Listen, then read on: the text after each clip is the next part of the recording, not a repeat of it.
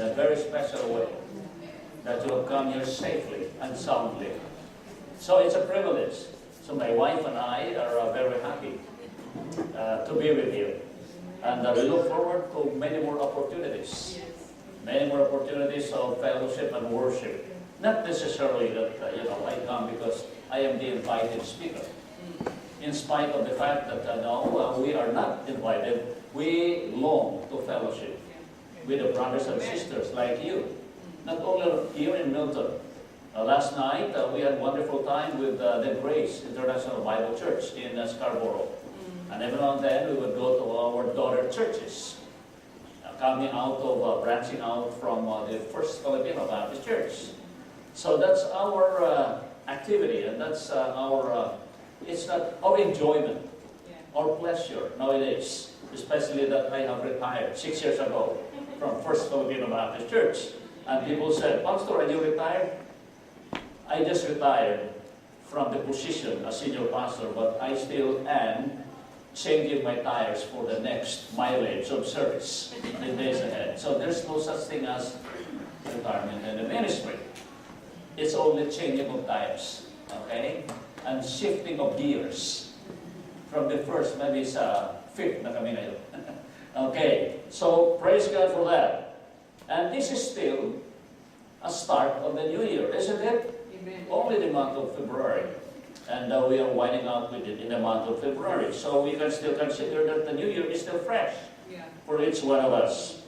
So our message is geared actually for the new year, especially for all of us who are born-again believers and followers of Jesus Christ.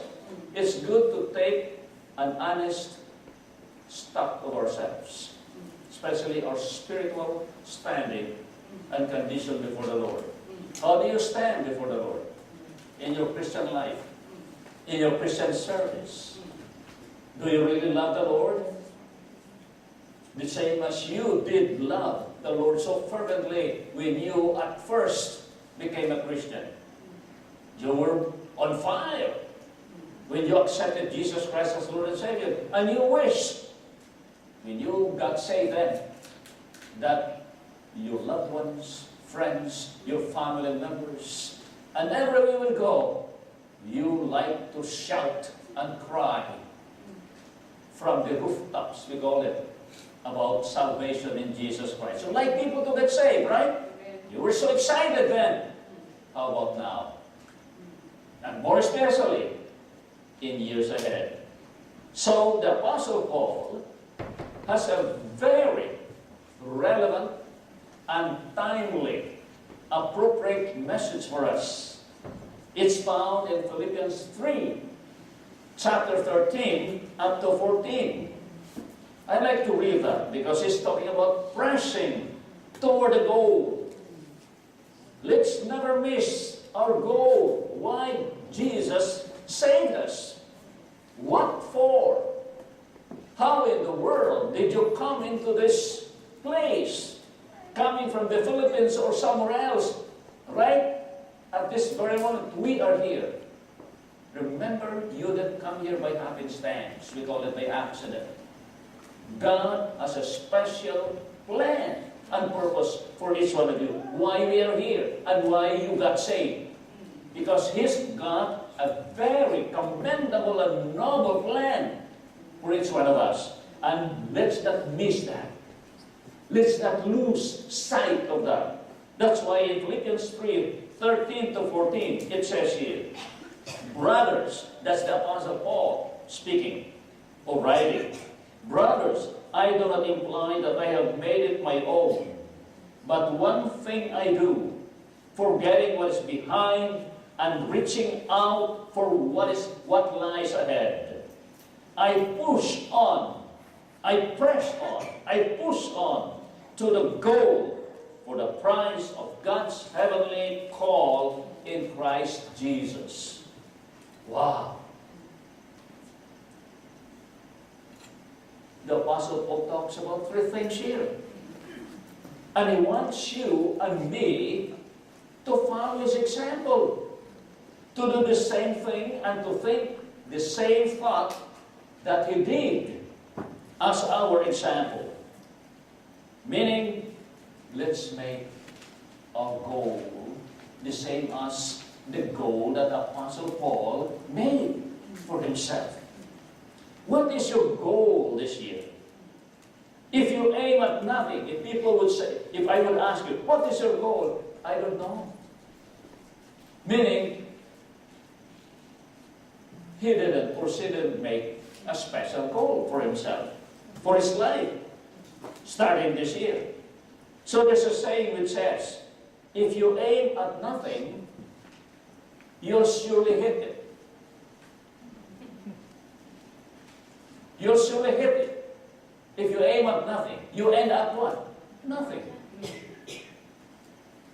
And your life will be meaningless and purposeless. And that is sin against God. Because God saved us through Jesus Christ with a purpose, with a goal. And what is the goal? Oh, here in the case of the Apostle Paul, he makes a metaphor, meaning an example, an illustration. Another word for this is analogy. Of a runner. That's what I like.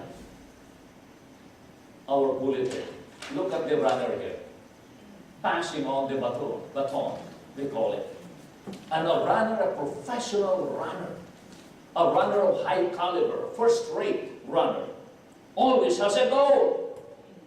And the goal is what? The finishing line. And the goal is to win. No matter what. And that is the highest, we call it the ultimate priority of every runner. A good runner, a professional one. And a Christian life is like running the race. We are running the race.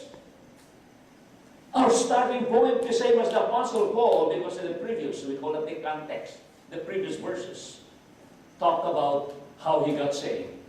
How he came from a pedigree, class, noble family, a Benjamite and Hebrews, pertaining to keeping the law, blameless, very religious, coming from a noble Jewish family, from the tribe of Benjamin.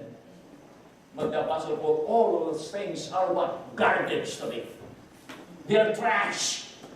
Because what's important in life is not what family you came from, what attainment you achieve in your life, your prestige, your scholarship, your money, your wealth. Those are garbage, according to the Apostle Paul. What's important is to win Christ, to win the race, to fulfill or achieve the purpose, the very purpose God wants you to achieve. So, in the case of the Apostle Paul, the runner in the race starts with what? The starting on your marks, get set, right? And they're all doing like that. You know what I'm talking about. The Olympics. All of the track and field, especially those who are the, we call that the sprinter. And all of those who are 1,000 miles runner. Dividers. Oh, they have a starting point. What is the starting point of a Christian race? Conversion. That's your starting point. When you accepted Jesus Christ at that very point of time, that's the starting point. And then what is the goal? The goal is the finishing line. The goal is heaven. But you might say, oh, thank God, that's heaven. But let's be more specific. The goal, according to the Apostle Paul here, as a Christian runner, is what? To be like Jesus.